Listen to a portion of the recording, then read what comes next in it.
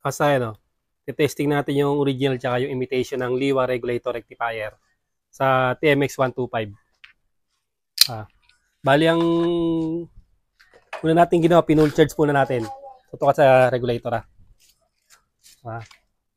Pull charge natin para mas makuha kagad natin yung reading. Okay. Eto, tingnan, pakita mo to. Siya kasahin full na siya. Para yung reading, makuha kagad natin yung tamang reading niya. Liwa Regulator Rectifier Kung iti-testing natin. Ito siya kasayan. Yung imitation at yung original. Tignan nyo yung reading natin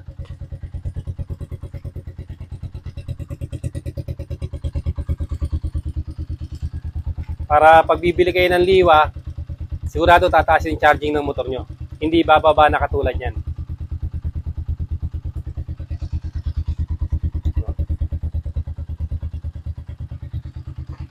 Ito yung nilagay natin kay Macho na hanggang 15.2. O, tinanggal natin kasi yung nabili natin ng mga Liwa ay imitation, hindi pala original.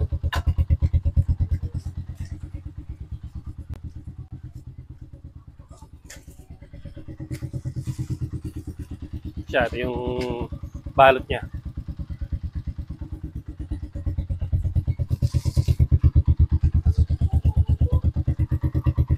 Mabilis na mabilis na review lang para malaman yung original Mas maliit yung space ng rito Ito yung na to. Pinaglalagyan sa loob. Walang nakalagay na made in China. Mas maliit yung mga number. Tapos mas maliit yung tatak na Liwa kumpara sa imitation. Tapos magkakaiba yung Ito yung may video na tayo diyan Magkakaiba yung pagkakalagay ng ng kulay. Ayan magkakasalungat. Kaya nga hanapin yung kulay, ito black ang nauna, nagtatapos sa green. Dahil ito, 5 minutes lang dapat naitaas niya na yung reading. 5 minutes lang dapat nakataas na yung reading niya pero full charge tayo, pero tingnan nyo.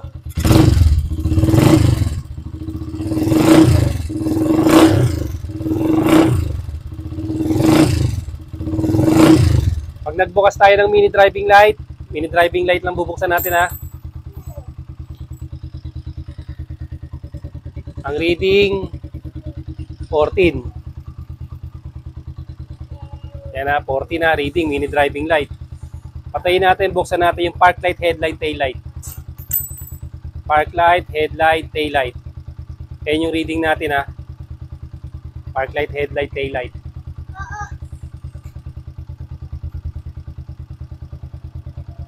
Pag mini driving light, ito para mas madali nyo makuha yung yung reading natin. Ito na siya. Bali ang gagawin natin, papalit natin yung original.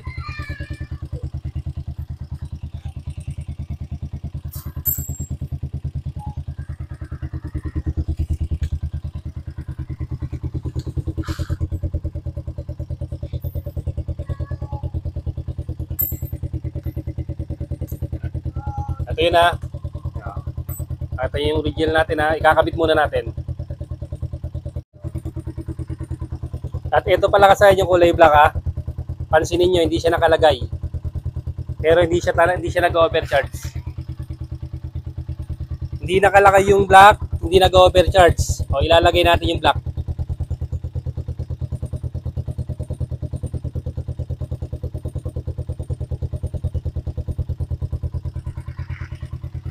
Walang pagbabago. Alisin natin yung black dapat overcharge na siya. Ito yung imitation.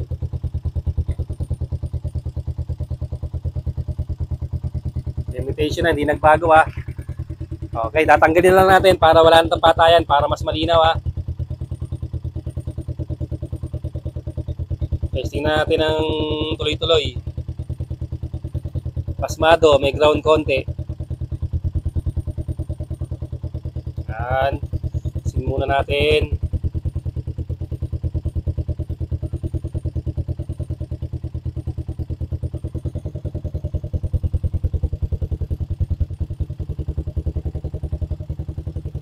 Hindi na siya magcha-charge. Tanggal na.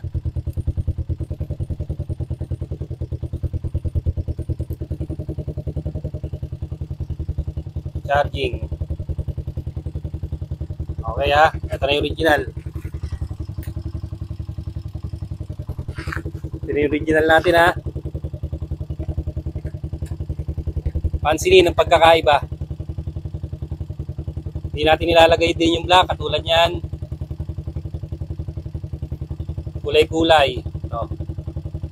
Yellow, green. Hey. Yellow, green. Kahit magkabaliktaran na, yung yellow at pink. O yung white at yellow. Kasi pag full wave, kahit magkabaliktaran, walang problema. Ito yung green natin.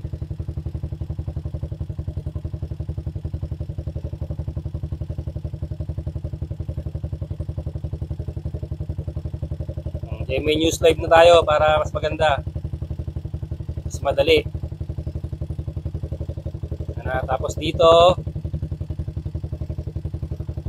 ito yung red natin. Sa red.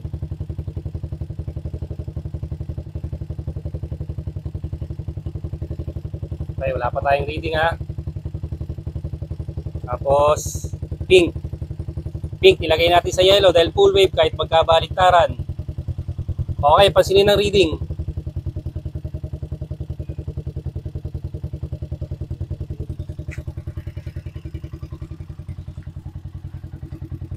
Ayan na yung reading natin. Overcharging. Lalagay na natin yung black. Ito na.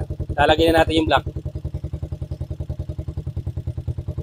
Pagkalagay natin ng black, parang minagic lang ni Liwa. Pinakamagandang reading, 14.7. Walang pangamba. Ngayon kasi kung napansin nyo kanina, magbubukas tayo ng mini driving light. 14.7 mini driving light.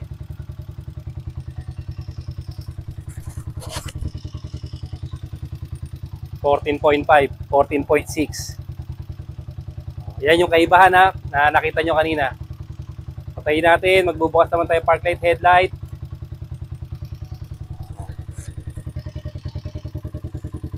Yan na, park light, headlight natin ha. Meron pa tayong park light, brake light tayo dyan. Tapos meron pa tayong mga double contact ha, 14.5, 14.6. Pag pinatay natin, balik agad. Pag binuktan natin yung MDL, halos walang bawas. Dalawa, isa. 14.6, pinatay natin, 14.7. Pag binuhay natin yung MDL, 14.5, pero papalo pa siya ng 14 point. Pumapalo pa siya kanina ng 14.6. Ayan. 14.5, 14.6. Oh. Ibig sabihin, ito yung original na liwa ha. Ito yung original na liwa regulator rectifier na dapat nating ilagay sa ating motor pag full wave tayo. Ngayon, ito naman may kagandahan naman tong ano na to, tong imitation na to. O, pwede natin tong ilagay sa mga motor natin na kahit hindi full wave. Yun naman ang kagandahan nito. Sa hindi full wave na motor, doon natin siya ilalagay. Ito siya ha. Ito yung palatandaan siya. Kasi pag hindi full wave, hindi nito mapapalobo yung battery. Dahil hindi siya magcha-charge ng mataas. Ito, pag ito ilalagay natin sa hindi full wave, oobserbahan pa natin. Ito, dahil mahina siya mag-charge, hindi lolobo yung battery natin dito. Kayang-kaya nito. Pansinin nyo yung kulay ano ha, yung kulay black ha.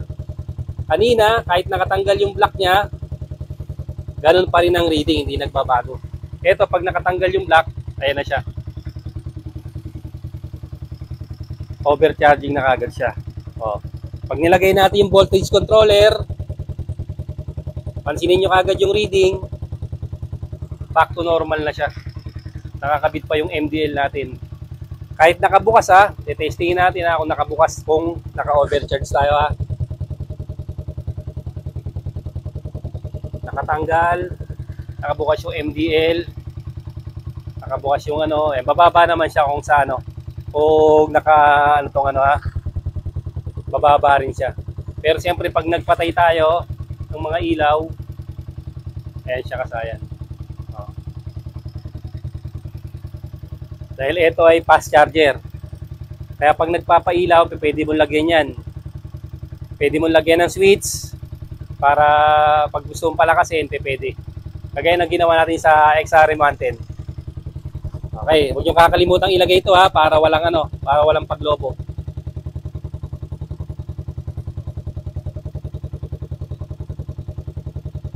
O yan kaiba ang kasaya ng yan ang kaiba ng ng liwa regulator rectifier natin na original. Pero ito may papakita pa ako isa sa inyo. Nagpo 14.8 pa siya ha.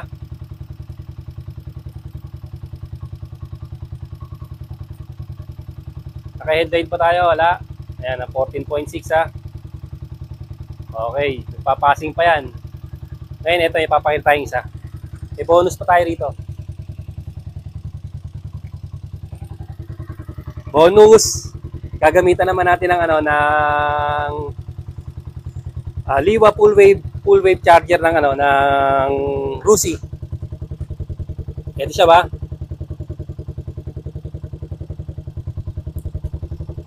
Full wave charger ng Rusi. Ito natin.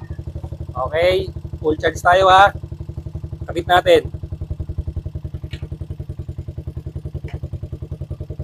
Reading.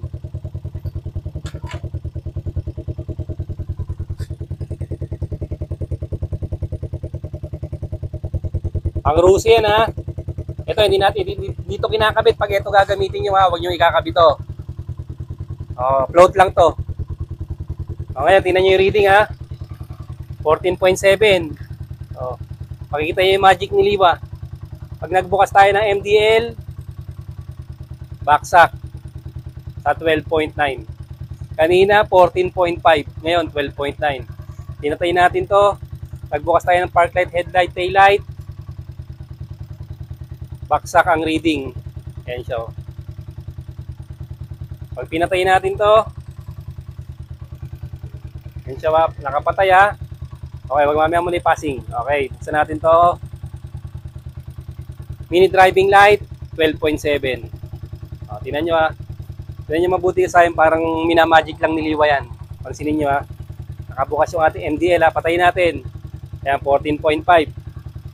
Buksan natin yung MDL. Okay, 14. 14 na nakabukas yung MDL natin. Tapos pag pinatay natin yan, park light, headlight, 14.1. Patay, MDL, 14.1. Ito. Tapos yung mabilisan nating liwa natin ha.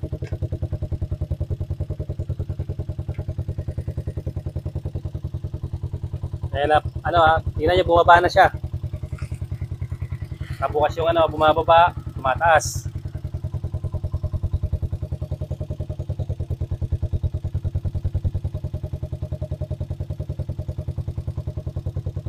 $14.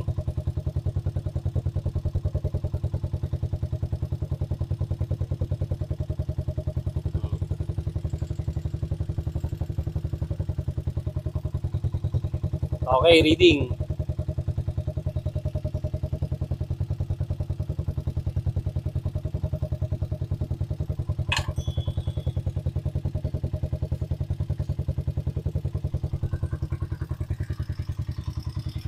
Nakabukas yung MDL natin ha. Ito. Yan ha. Nakabukas yung ating mini driving light. Pansinin niyo yung reading. Ngayon kasayan, alam niyo na yung yung original ha. At saka yung yung imitation. Hanggang dito na lang mga kasayan. Salamat sa panonood.